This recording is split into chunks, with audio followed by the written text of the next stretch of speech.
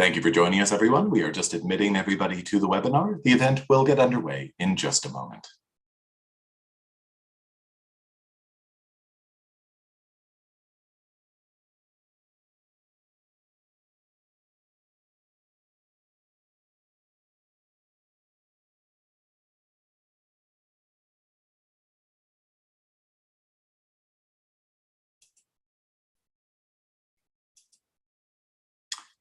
Good afternoon, everyone. My name is John Taves, and I'm the event coordinator at McNally Robinson Booksellers. We're broadcasting today from the snow-swept streets of Winnipeg. That would be Treaty 1 territory, the traditional territory of the Anishinaabe, Cree, Oji-Cree, Dakota, and Dene peoples, and the homeland of the Métis Nation. In addition, McNally Robinson Booksellers itself rests on the land once occupied by the Métis community of Roostertown. Before we begin, I have a few housekeeping notes to go over, but first I'll just point out that imperfect automatically generated captions are available through the Zoom program. You can access those just by pressing the CC live transcript button that is at the bottom of the screen. And I'll put that information in the chat right away for you also. We are so very grateful to you all for taking the time to spend this afternoon with us. We are gathered here today virtually to celebrate Alexander McCall Smith's In a Time of Distance and Other Poems, published by Knopf Canada. I'd like to thank Knopf. I'd also like to thank Penguin Random House, our colleagues at McNally Robinson Saskatoon for all their help promoting this event, and of course, your host for the afternoon, who I'll be introducing in just a moment. Just a few very brief housekeeping notes out of the gate. You will notice there is a live chat available, so please do avail yourself of that, as attention with our featured guests will be focused on the webinar itself. They may not see your chats live, but I will certainly share the chat with them following the event so that they can see all the lovely things that you have to say. There will also be an opportunity later on in the event for you all to ask questions of Sandy. So please do feel free to write questions as they occur to you, just in the Q&A box, which is located at the bottom of your Zoom screen. Again, if we just keep them in the Q&A box, that will ensure that we can find them in one very easy to locate place. But that is more than enough for me. We've had the pleasure of welcoming McCall Smith physically to our store in the past, and those evenings have always been so flush with warmth, engaging dialogue, and a joyous sense of community. So I'm delighted that we're able to gather today to conjure those feelings in a virtual space as well, particularly as we celebrate not only this wonderful collection, but also many of Sandy's recent books as well, all of which you'll notice have been signed very kindly by Sandy. So please, if you are interested in a signed copy of these books, I would encourage you to get in touch with the store, or really any copies of any of his books. I'll put some information on that in the chat as well so that you can easily access that. But I'm also keenly aware that nobody is here this afternoon to listen to me speak. So with that in mind, I have the inordinate pleasure of introducing tonight's participants. Your host for the afternoon, Ben Sigurdson, is the Winnipeg Free Press literary editor and writes about all things drinks, as well as taking on various other arts and life assignments as needed. He received a Master of Arts degree in English from the University of Manitoba in 2005, before eventually landing at the Free Press full-time in 2013. Some of you may be familiar with today's featured guest, Alexander McCall Smith, the author of the #1 Ladies Detective Agency novels and so many other series and standalone books. His works have been translated into more than 40 languages and have been bestsellers throughout the world. He lives in Scotland, where he's joining us from the beautiful Highlands, and will be reading today from his transporting volume of poetry, which also includes one about a visit to Winnipeg's own Canadian Museum for Human Rights. Please join me in virtually welcoming Ben Sigurdson and Alexander McCall Smith. Hello, can you hear me okay, Sandy? Yes, I can. Yes, Ben. There we Lovely. are. Well, lovely to see you. I see that we've got I had the chat window open as John was talking, and we've got people chiming in from different parts of Winnipeg, from Saskatoon, from Prince Edward Island, from South Africa, I believe, Kitchener, Ontario, all over the place, Thunder Bay, Ontario, Spain as well. So just speaks, I think, really to how much your writing really resonates with people. And where are you chiming in from, Sandy? Well, I'm here. I'm going to move my camera a bit so people can see what's outside the window, and you'll see that there is well, there's a bit of sea there and mountains. I'm in the Scottish Highlands, and it's low tide, so there's a little bit more land. The water is approaching us. It's on the west coast of Scotland, a place called Morven, not far from the Isle of Skye, the Isle of Mull. The Sea of the Hebrides is just out there, so it's a very watery landscape, and it's a very beautiful part of the world. Actually, the Scottish Highlands, they're I think probably one of the most beautiful parts of Western Europe, and we're very fortunate we have a house here, and it's interestingly enough, the mountains directly around us here are very similar to the mountains that you see, the hills you see in Newfoundland, and in fact, this was joined to Canada, or Canada was joined to this part of the world a very long time ago. And when I think people who are familiar with the feel of that bit of Eastern Canada would find that they recognize this terrain. Oh, that's lovely. And you capture Scotland so beautifully in some of the poems in your new collection, In a Time of Distance, and other poems, which I would like to get to. We will get to, obviously, but I spoke to you by phone. I think it was prior to your last Winnipeg visit, which would have been late October 2019. So just before things were starting to shut down. How has the pandemic been for you? I know when we talked then, you said you traveled about 2-3 months out of the year. So obviously that came to a grinding halt, but you're a very prolific writer. So did you find like more, you produce more writing, or just about the same, but just with less sort of distractions of traveling and what have you? Well, it was certainly it was a very, very major change as far as I was concerned, Ben. As for many people, life changed utterly when the lockdown started, and I had, as you said prior to that, I'd probably been traveling rather too much. I think that I'd been very busy. I did a lot of touring throughout the world. Literary festivals are great things. They're opportunities for writers to meet their readers. They're part of a wonderful national and international conversation. But of course, there is a bit of a cost involved in that, in that the authors have to travel, and sometimes the readers travel considerable distances to go to these festivals. And I think many of us had got rather caught up in that. So I was spending a lot of my time abroad. I was spending a lot of time in hotels and in airports. I became quite an expert on airports.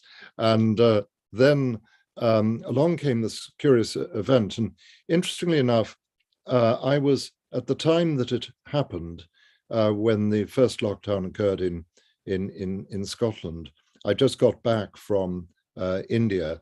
I'd been at literary festivals in India, got back to this country, and everything shut down.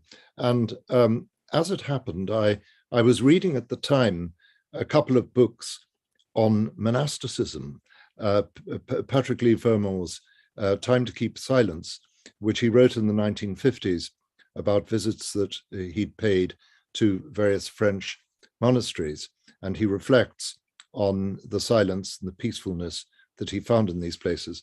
And I was also reading a book by a contemporary Benedictine monk on the relevance of monasticism in the 21st century, just totally by chance. And then suddenly everything became quiet, and the sort of peacefulness that these writers were talking about was imposed on us. One of them, I think it was the Benedictine monk, talked about how we filled our lives with busyness and too much busyness. And I think that probably was true for so many of us in one way or another, and that we were all very, very busy. And we thought nothing of spending our time traveling around, going off to this place or the other place, whatever. Now that, of course, was a great privilege to be able to see the world but I think that very quickly you can lose that sense of, I suppose, being anchored in one place that is so important. And that's a very long-winded answer to your question, but that actually is what happened to me. And I was obliged then to stay in the one place. We were in Edinburgh. We couldn't come to this house in the country because we could only travel within a 5-mile radius of the city of Edinburgh where we lived. And so I was grounded, and I found it a very interesting experience. Now, I know that it was a time that for so many people was a time of great sorrow and loss and fear. And so one has to be very careful about seeing anything positive in that.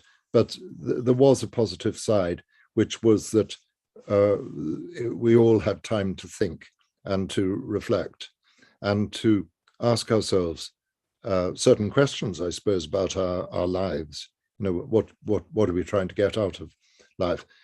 Interestingly enough, that conversation that many of us had during this period of isolation often had the question appended to it is, will we go back to our bad old ways?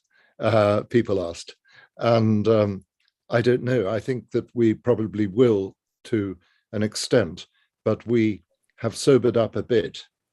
And I think some of that will continue to be present with us. I don't know what you feel, Ben, but I think that we probably have learned a few lessons.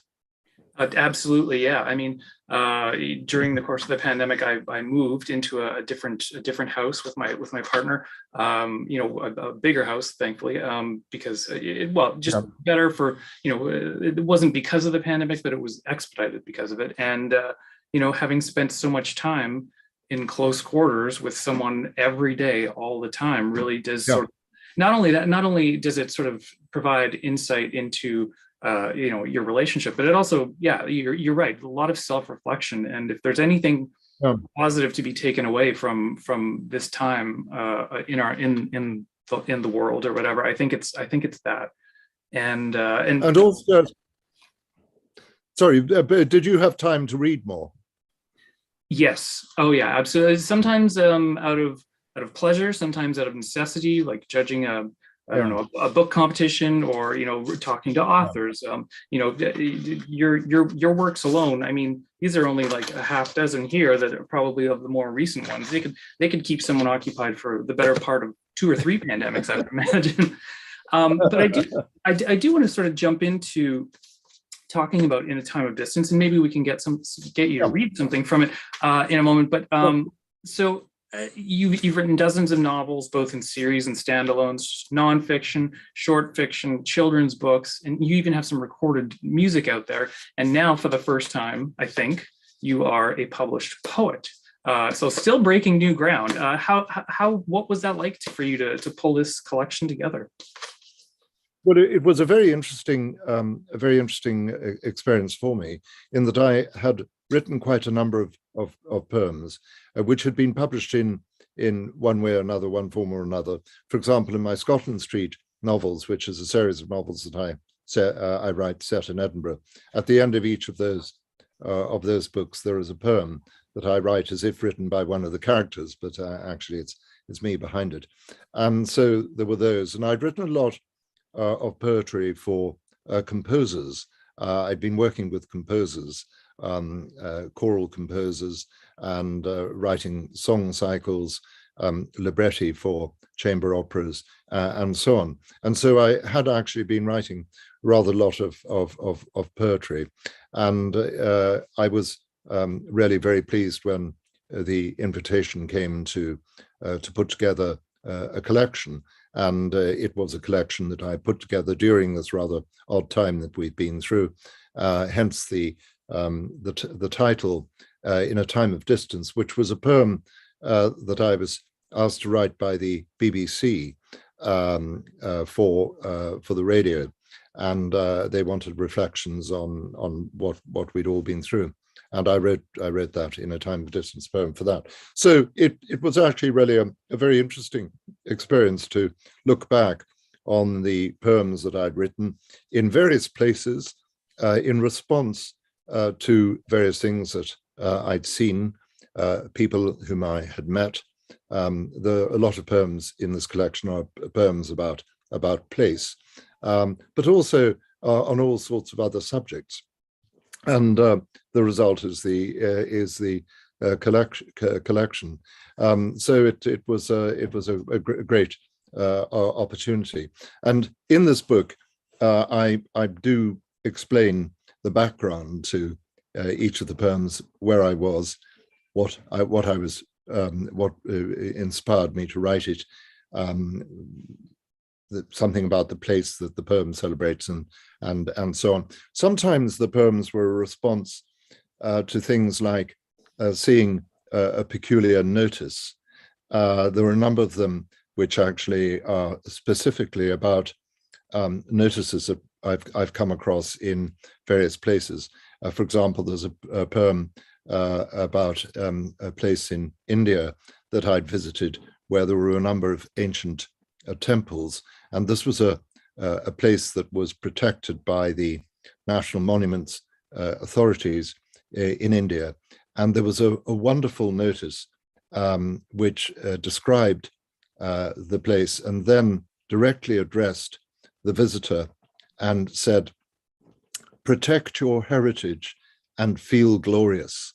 And I thought that was a marvelous message, and so that produced a poem, and other notices of that sort occur in other poems. And then there are odd poems that have come about because I've seen something or heard something which has made me think about a broader problem.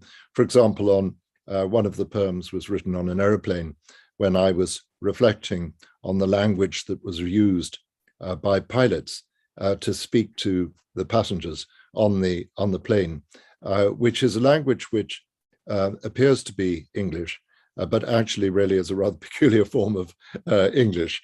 It involves a lot of circumlocution, and it involves a lot of words which I think we don't use in our ordinary lives. So pilots would never say now, use the wonderful old-fashioned short word now, and say instead at this time. And I think that's really quite. So I wrote a poem called "The Language of Pilots," in which I speculated about what would happen if pilots used poetic language, and how would a pilot resort to poetry in describing what you might see out of the aircraft window, and so on. So the poems are all responses to little incidents, places, and people. I love that you sort of contextualize the poems too, like you said in the book. Talking about where you wrote them, what was the inspiration for them. I think some, and especially if, say, for your readers who are coming, maybe they don't read poetry on a regular basis, and so maybe there's a little bit of apprehension, or they're just they're not sure, sort of they're diving right into a poem can sort of be burrowing deep into someone's subconscious or whatever. And so I think it's a very welcoming sort of way to guide people into your poetic mind. And so I thought they worked really well. Well, thank you. I mean, I think that's certainly the way I like to read poetry. When I read a poem, I feel that it enriches the experience if you know, as you say, you can contextualize the poem so that you know that this was a poem that the poet wrote at such and such a stage of his or her life, that an experience of a particular sort had been behind it, and so on. And I think that one of the great pleasures in developing an interest in poetry, and I am very interested in it, and my major literary enthusiasm is the work of W.H. Auden, who I thought was just a marvelous, humane poet, a wonderful poet who produced the most extraordinary body of work, and I think one of the finest poets in the English language in the 20th century. And if you study the work of a particular poet, for example, Auden, you get to know the various periods of his poetic development. You get to know what sort of thing he was interested in, and of course, the more you know about the poet's life, the more sense some of the poems will make. So with Auden, one knows that he was very concerned about punctuality, and that he liked to have his martini served at 6 p.m. in the evening on the dot. And that in a way, you'll see various poems refer to that concern about domestic routine. And that, of course, enriches the poem. And of course, Auden is a poet who makes all sorts of references to music and to art, and that, of course, means that you can go further and further into his work and appreciate level after level of it. So I think the contextualization is very important. Well, perhaps on that note, would you care to read a poem for those watching? I think there's probably as good a time as any to jump into something. I don't know if you have anything in particular you'd like to read, or. Well, yes, well, thank you for the invitation. I would. And talking about contextualization, let me choose a poem here in which there was a very specific context, pretty close to home for people in Manitoba. In that, this was something which I wrote after my last visit to Winnipeg, and I remember the day very, very clearly. You know, sometimes when you're on a book tour, you forget where you are. The places merge into one another, and you forget what season it was that you were in Toronto or New York or whatever it was. And but this I had a very, very clear memory, because it was a fall day, and it was getting cold. And I know that when it gets cold in your neck of the woods, it gets seriously cold. And so there was that sort of feeling for me. And I was rather pleased that I would be going back to we have a much more moderate climate on the coast here. And you've got the Surrey Continental, which of course has its nice features, but you certainly know that the elements are planning something for you. I've forgotten about all the nice features over the past month or so that we've had. We're currently having some sort of biblical weather event outside, so if the tree comes. I gather my set here. Don't be alarmed. I gather you are.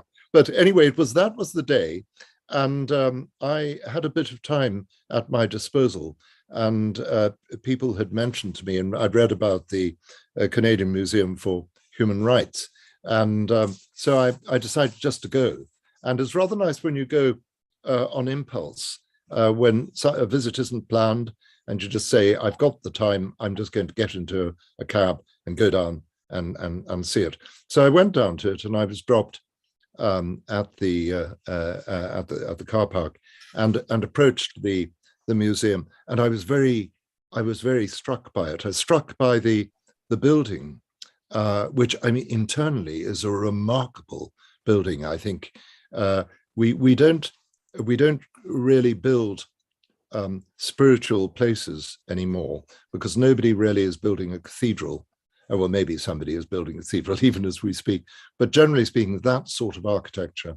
And so here was an architect and builders, attendant builders, who'd created something which expressed in stone and glass and other building materials an idea, a concept. So that was very striking. And as you approach it, there's the statue of Gandhi amongst the trees, which is a lovely surprise. A walking statue at your level, at eye level, as opposed to being on a plinth. The fashion now is to put statues, if we're going to create statues at all, is to put them down at the same level as the observer. And of course, it's much better than putting somebody up on a pillar or a plinth, where they will just be sat upon by passing birds and looked up at. And so this was the poem that I wrote after that experience, to celebrate that rather important for me visit to this museum, the Canadian Museum for Human Rights in Winnipeg. A late fall day, I look up at the large and beautiful museum, large of necessity, because the wrongs we do one another require a lot of space. Before it, suddenly, a statue. He is so small, this man from another place, another age. He walks purposefully, smiling. Gandhi never said things would be perfect, and they aren't. Yet we remember him, as we do now, and think perhaps how much worse they could have been. The door opens. I pass from the cold Manitoba air into a place of warmth and charity, of faith, a museum that says, just stop and think. So much in life is unavoidable, but these things we'll show you here are clearly not. Remember that. That's so lovely. That was my thought on that. I mean, I think you've captured it beautifully. Anyone who's been to the Human Rights Museum, can speak to how it is a place of it's showing you all of these interactive things, but it's more of silence and contemplation and reflection on yourself and on the human condition and how we treat each other. And I think you captured it quite beautifully there. Well, thank you, Ben. It is in fact, it's also a place I felt, and this was very important, I thought it was a place of forgiveness, because you can, in fact, list and display wrongs, human wrongs, and then leave it at that. But if you want to go one step further, you need to talk about healing and forgiveness. And that's one of the themes that I'm actually rather interested in my fiction, in my novels, the idea of forgiveness. Friendship and forgiveness are two themes that I like to explore. Yeah, absolutely. And I think your books probably have served a lot of people as a beacon of hope and what have you in a time of a great time of upheaval and uncertainty that we are in right now. And I do want to sort of get into a couple of the other books as well, but obviously there's still and I wouldn't even, it's hard to even know where to start because there are so many on the go all at once. And let's make for a challenging, especially in different areas of the world, promotion of books. You have to sort of, okay, this is from that series, go back to and remember the storyline from there. But, yeah. Which is kind of a nice thing about poems is that, they're short and you can sort of, you can pick and choose. But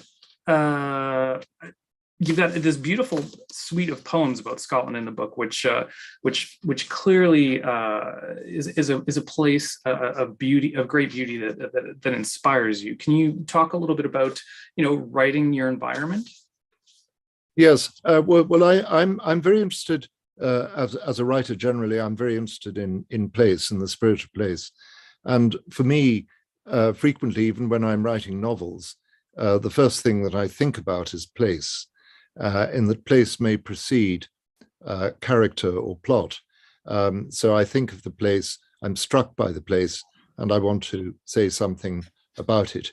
and find characters who would be right for that place, and then indeed a story that would be right for that place. So this is something that I think, like very many people, I respond to what is about me, and that can happen. I find that can happen all over the world. So, for example, I've set quite a few of my short stories over the years in Australia, and I'm very struck by the Australian landscape.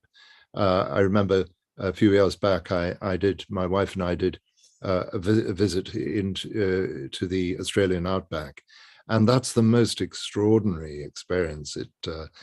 Have you been to the wine estates in South Australia, Ben? I have been. You might have. I have been to some, yeah, in about 10 years ago, and I went to Tasmania as well, which was gorgeous, and I highly recommend. And Tasmania, of course, is rather different, isn't it? Because it's lusher, it's greener. But if you go somewhere like South Australia, where I suspect you might have gone, you get that extraordinary landscape. It's a drier landscape. It's a landscape of eucalyptus trees, rocky outcrops. It really is. It's a haunting landscape, I find, the Australian landscape. So the point about all this was that on that visit to the outback, Australian outback, when we were going really to the most extraordinarily remote places, and my goodness, is it empty? Really, I have never come across such emptiness and such vast distances as I did in the Australian outback. Now, I know Canada is a very large country, and you've got very, very large extents of, but you really haven't. It's rather unlike Australia in those terms. And so that inspired me to write quite a lot about Australia. Now, when it comes to Scotland, I find there that obviously this is where I live. This is my country, and I'm moved by it. Scotland is a country that people feel quite passionate about. People feel strongly about Scotland. It gets under the skin. It's difficult to be indifferent to it. Now, I think you can probably say that about any country, and of course, about one's own country, one can feel very intensely. Capturing it is something that you have to, I suppose, ideally use a lightish touch. I often write about the Scottish sky.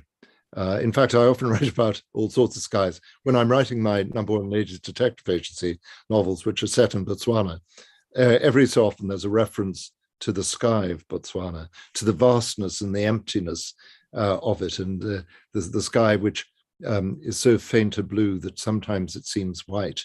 And I also, when I'm writing about sky, I often talk about seeing a vapor trail. It's a little device. It enables me to say something if I want to break up a bit of dialogue.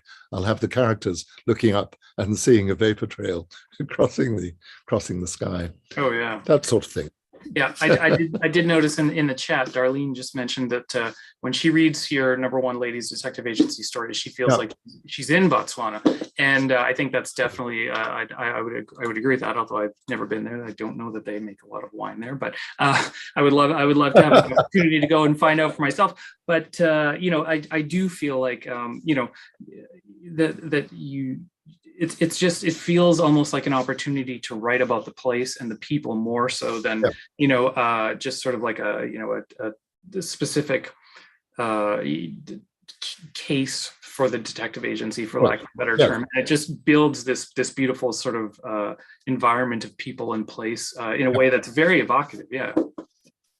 Well, that's really, I think that's really why I write those books, in that I want to say something about the society, and I want to say something about the people, but also this extraordinary country that Botswana is, because that's a country again that is very easy to fall in love with. It's an exceptional country, and the people have a particular charm. There's a kindness that you encounter in Botswana, and I try to capture that. But I think I could probably I would find it perhaps not too difficult to write about anywhere, really. I think if I sit down and I try to absorb the atmosphere, I know that you are going to be doing a business trip to Italy shortly, and yes, let's hope. I very much enjoy visiting Italy, and I've written quite a lot set in Italy. I wrote a book called My Italian Bulldozer, which is all about, in fact, a person who's a food and wine writer, I might point out, Ben, who goes to Italy, having arranged to hire a car. He finds that he can't hire a car because all the cars are out and they aren't honoring his contract. And so he ends up being given a bulldozer to travel around on. And fingers crossed. Not such a ridiculous. Yes, be careful. Take a look at your hire contract. Yes, no kidding. Well, I mean, yeah, it's incredible the different places that you've managed to write about, and the different series that you've been able to do. Your biography or your bibliography in the beginning of these books. I mean, that's practically a short story in and of itself. Do you typically tend to have one piece of writing on the go at a time, and I guess sort of adjacent to that question, how does poetry fit into that? Is it something where it's just sort of in between what you're working on, or like you say, you're on an airplane or something like that? Well, I often write two books at the same time.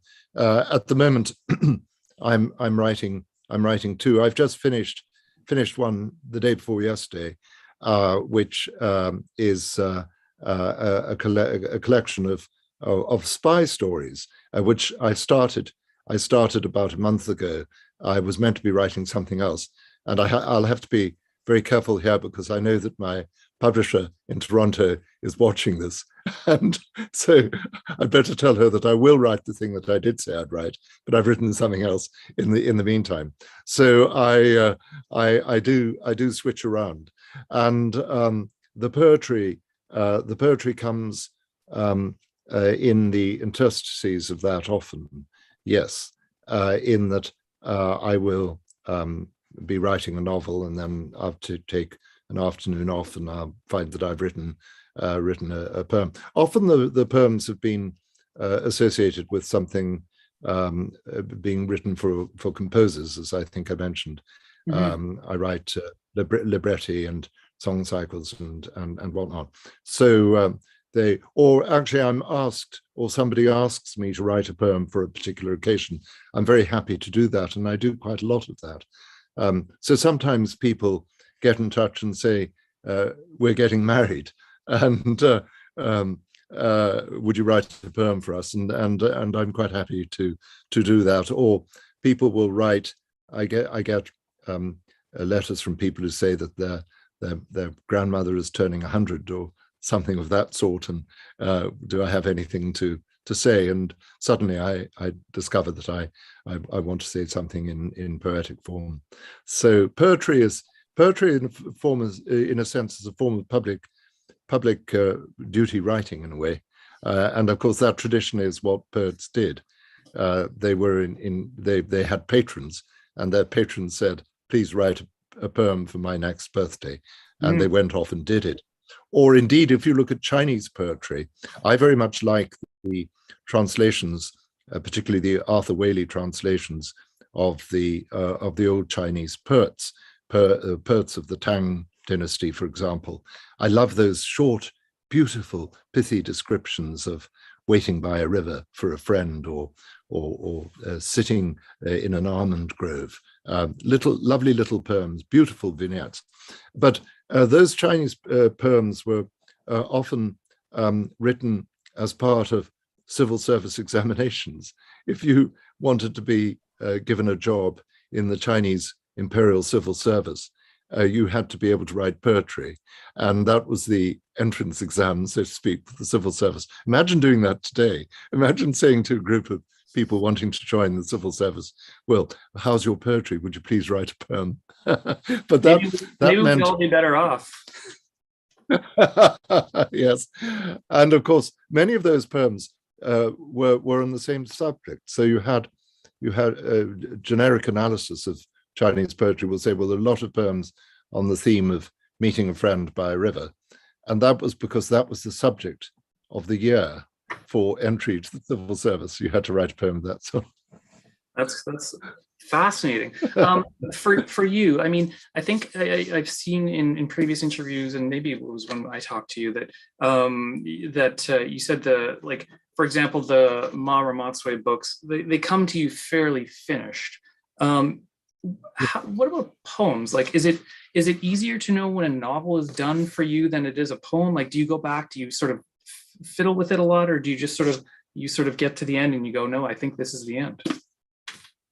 The poems tend to come quite quickly, and I write them probably without much editing, in that because a poem is a distillation of something. It's a distillation of a feeling, a distillation of an observation, and it also follows a music of its own, in that there's a rhythm in a poem. Well, usually there doesn't have to be, of course. People write totally free verse in which they pay no attention to meter. But when I write a poem, I hear a beat, a rhythm in my mind, and so it tends to come, and it just comes out. The main difference between writing a poem and writing a novel is that the poems will take you by surprise at odd times, and so you may be half asleep, and a line will come to you, and a thought will come to you, and then the poem comes, in my experience, very quickly. So it may only take 5 minutes to write the poem, and it all sort of it all comes out in one flood, so to speak. That's the way I work. I'm sure that other people work in a different way. Sure. And of course, if you're writing, say, a sonnet, and I have written a number of sonnets, and I've recently written more for another book that I've done. There, it's a slower process where you're being strictly metrical, and you've got to get your 14 lines, you've got to get the volta in the right place, and you've got to have the correct number of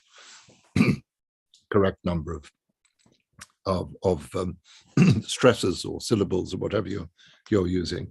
That's more technical, and of course there are all sorts of demanding forms. You could end up writing a villanelle or something of that sort, where there's even more technical. Those poems can seem a bit more contrived, whereas the good old-fashioned iambic pentameter, can just go on and on and on, and it can sound quite natural. English lends itself to that.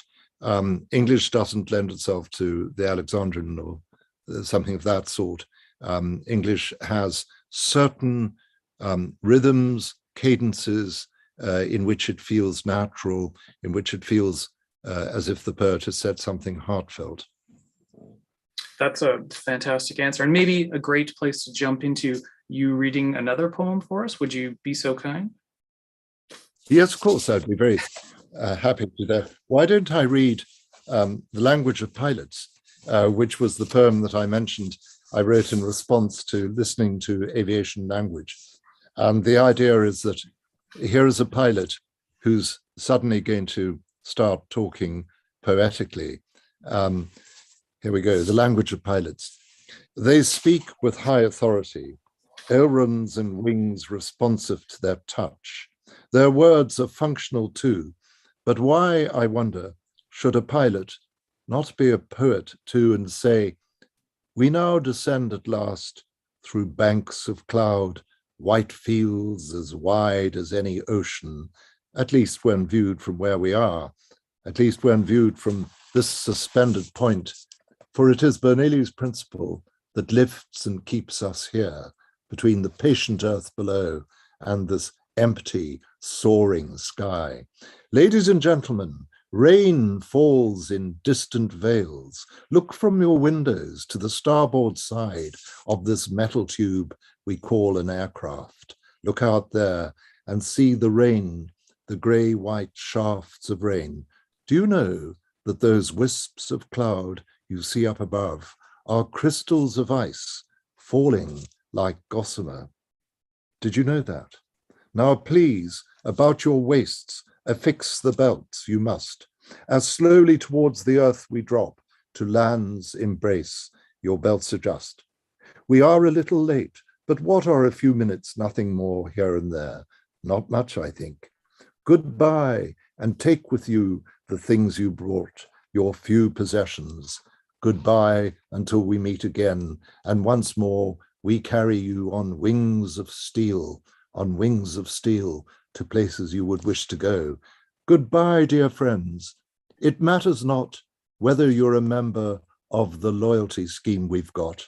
We love you all as parents love their children equally. Remember that. And please come back.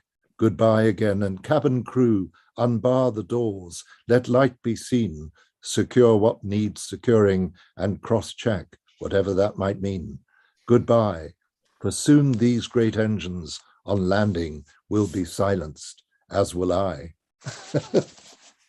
That's fantastic. That would make the airline experience, I think, so much more serene for so many people. Yes. I once, talking of serene airlines, I was once in Nepal, and I traveled on an airline called Buddha Air, which is a lovely idea. You can imagine traveling on Buddha Air, where they'd say to you, now just relax, close your eyes, and when we're all ready, we'll take off. Yeah. And don't open them again until we get there. Well, people very much responding to that in the chat, and I'm going to jump into some reader questions now. Just a couple comments in the chat here as well that I saw.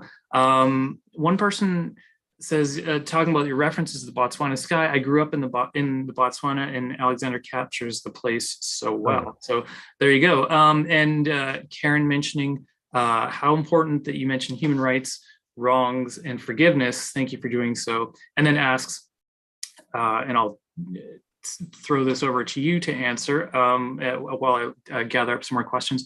Is there a secret to your success as an author to dealing with such issues, perhaps through the message of treating all whom we encounter in our daily lives in a manner which is respectful of each's dignity, in an intentionally subtle way that for you to open people's minds and hearts to living our lives in this way? So that was a bit of a long question, and I should have given it a quicker look beforehand, but yeah, that's and nicely put. That's very, very kind. Well, thanks for the nice remarks that the questioner has made.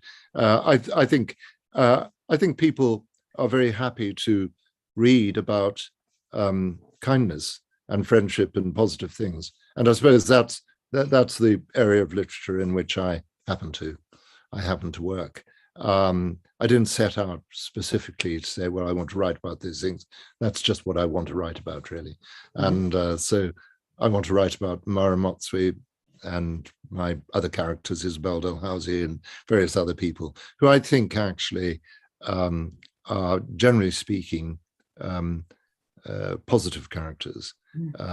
And I think we need that in our life. No, we need to read other things as well. We need to read about the harsh face of our world, and we need to read about the sorrows of this life. But I think we also need to spend some time with fictional characters who are kind. Yeah.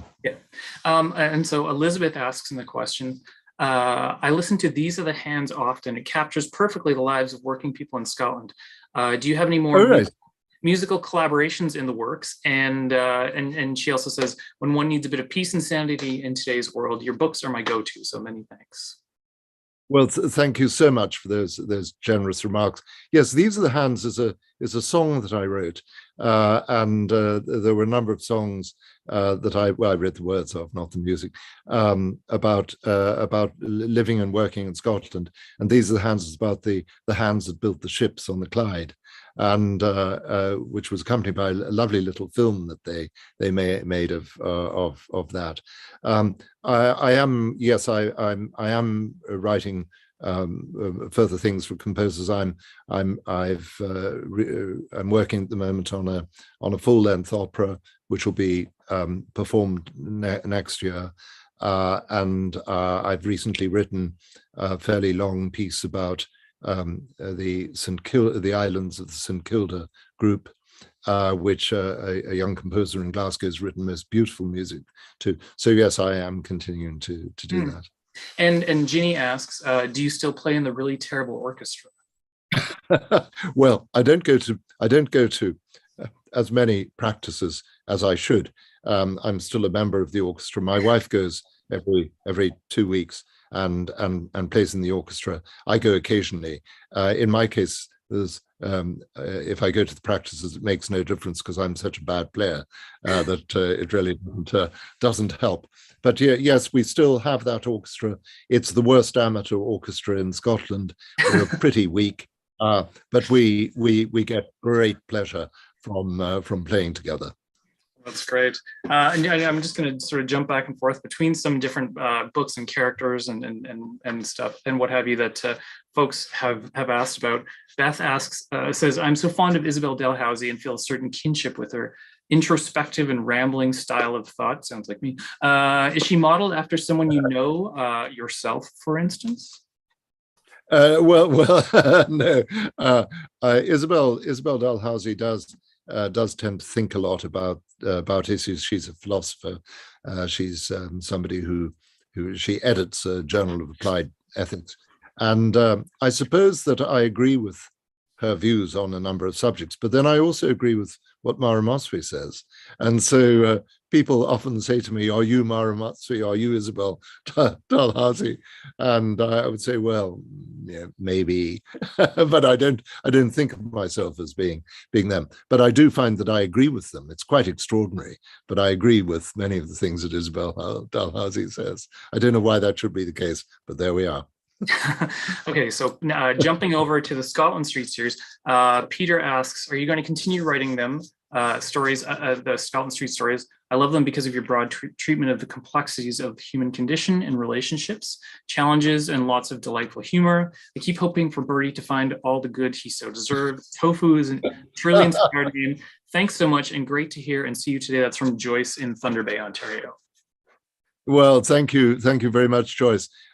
Yes, I'm carrying on with the Scotland Street books. The Scotland Street books now, I think they're the longest running serial novel in the world. They go on and on. I'm about to do volume 16, I think, and I'll start that. They're published in the Scotsman newspaper, chapter by chapter as I write them, then they come out as books. And I'll start, the next one will start to be published in August in the papers and then come out, well, I think later on in the year or early next year. Bertie, poor little Bertie, he's desperate for freedom. You know, he's got his major mother problem.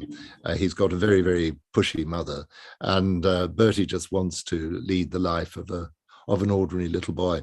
Every so often I tantalize Bertie by giving him a glimpse of freedom, but his life's getting a little bit better. Very slowly. He wants to be 18 because he's heard that when you're 18, you can go and live in Glasgow, lead your own life. And he's been 7 for the last 8 years. So no relief in store. Okay, so here's another question. I'm not sure if my question got through. I was in the truck with my son during the Epic Storm in Winnipeg. Okay, I'm visiting him from Thunder Bay. Ellen says she loves your books and the range of characters. What gives your imagination inspiration? It's a sort of a big picture question, I guess. Well, I suppose just allowing myself to ask what if questions. You know, what if such and such happened? That's the way that works, and allowing oneself to fantasize, to dream. The human mind is obviously has to be anchored in reality for much of the time, but can escape. And if you allow yourself the space to do that and to explore possibilities, and so and it's something that I just have to do. I mean, I have to write every day. It's not, nobody's forcing me to, but I just want to write all the time, really. Mm-hmm. It's the way things are. Yeah, no, that's a great answer. And Teresa asks, what book of yours would you consider to have a focus on forgiveness? Well, I think that's, thank you, Teresa. That's very interesting. I think probably mostly the Mara Matsui series. And I don't know if I'd single out a particular title in that series, but I'd say the series is about that. And Mara Matsui is very interested in forgiveness. She describes herself as a forgiving lady. So I do talk about that. And she doesn't seek to punish people, because punishment, in a sense, is, if you punish somebody, you're punishing yourself, really, at the same time. Now, obviously, there has to be a role for punishment in human society, but I think there has to be a role for mercy, and there has to be a role for forgiveness. And mercy and forgiveness are things that we don't necessarily talk about too much at the moment. We talk a lot about retribution and blaming people, rather than saying, well, let's talk about the possibility of forgiveness. It's a very interesting philosophical issue, and of course, we're living at the moment in a time of terrible conflict, and people are, and it's difficult to, sometimes it's very difficult to forgive, but people have to do it. And there are historical examples where you can see the power of forgiveness. For example, in Northern Ireland, which was a place. I lived in Northern Ireland for a year and a half some time ago, and it's a society which has actually had to sit down the groups at odds with one another, had to sit down and actually do serious thought about forgiveness, which they did. It's really interesting, and it had such a major effect on people's lives. And we'll do, I guess there's one last question here from Suzanne. Your books explore such broad topics. Is there anything you aren't interested in? Well, thank you. I'm interested in most things, most aspects of human nature, most aspects of our. I suppose there are some things that I'm not particularly interested in. You won't find, for example, in any of my books, any mention made anywhere of cell phones. I don't do cell phones. No, that's a very, I mean, that's always something that really can take a book and put it in a specific time and place. And I feel like there's a bit of a more of a timelessness and just sort of, to your books. And I actually had I don't know if you would like to read another poem to close it out, but I mean, I was, I feel like from your, and I'm not saying you should read this, but I read the Goodness of Books suite of poems, and I read the segment called What the Book Is, and to me that just encapsulates everything that is your writing and your body of work in just such a great way. I won't torment people by reading it myself, and of course they can find it in the book, which is available obviously McNally Robinson now, and but you can read by all means whatever you like, Sandy. And if you want to read about Scotland, you want to read about another trip, let me yes, okay, let me finish with this one. This is a poem which I wrote some years ago, called Dear One, and it's all about place. we talked about place earlier on, and it's a celebration of the local and the importance of one's own place, the local place, and the small place. Places don't have to be very big and impersonal. They can be small and local. And this is a poem which I feel is about that, and it's about Scotland in particular, but it could be about anywhere. You could write this about Canada, a bit of Canada, or wherever. Dear one, how many years is it? I forget. Since that luminous evening when you joined us in the celebration of whatever it was that we were celebrating, I forget. It is a mark of a successful celebration that one should have little recollection of the cause, as long as happiness itself remains a memory. Our tiny planet, viewed from afar, is a place of swirling clouds and dimmish blue. Scotland, though, lodged large in all our hearts, is invisible at that distance, not much perhaps, but to us it is our all, our place, the opposite of nowhere. Nowhere can be seen by looking up and realizing with shock that we really are very small. You would say, yes, we are, but never overcompensate. Be content with small places, the local, the short story, rather than the saga. Take pleasure in private jokes, in expressions that cannot be translated, in references that can be understood by only 2 or 3, but which speak with such eloquence for small places and the fellowship of those whom you know so well, and whose sayings and moods are as familiar as the weather. These mean everything. They mean the world. They mean the world. Sandy, I could listen to you read poetry or any passages from any of your books all afternoon or evening in your case, I guess. But I think we've sort of reached the end of our time. I'm expecting John will probably pop back on here to do some closing housekeeping. There he is. But I really appreciate your time today. It's just been an absolute pleasure to talk to you again. And obviously, given the comments I've seen in the chat, the Q&A, people wholeheartedly agree. They take to your books with just such an enthusiasm and a warmth that it's so lovely to see. Thank you so much, Ben, for the conversation, and I hope that we'll have a further conversation, you and I, at some stage, face to face. Rather than virtually. We've got a lot of distilleries here in Scotland that you must come and take a look at. Let me know. I'll do my best. Or if you get out and you start doing book tours again, and you come here, I'd be thrilled to host, or even just meet up for a chat or whatever. Thank you, Ben. Thank you.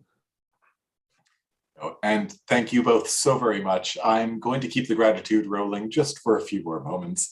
I'd like to express my most sincere thanks to Knopf Canada and Penguin Random House Canada, to all of our colleagues in Saskatoon for helping to spread the word around this event. Thank you to Ben for all your incredibly thoughtful questions and general hosting along. And of course to Sandy for his work, his absorbing responses, and for so generously spending this afternoon, your evening, with us. And above all, thank you all out there for taking this time to join us, both now and in the future. This video will remain live on YouTube, so please share it with anybody who may not have been able to join us, or feel free to revisit it again yourself. Again, the book is In a Time of Distance, and I can't think of a more perfect way to spend a blustery afternoon. Thank you all so very much. Thank you very much. Bye-bye.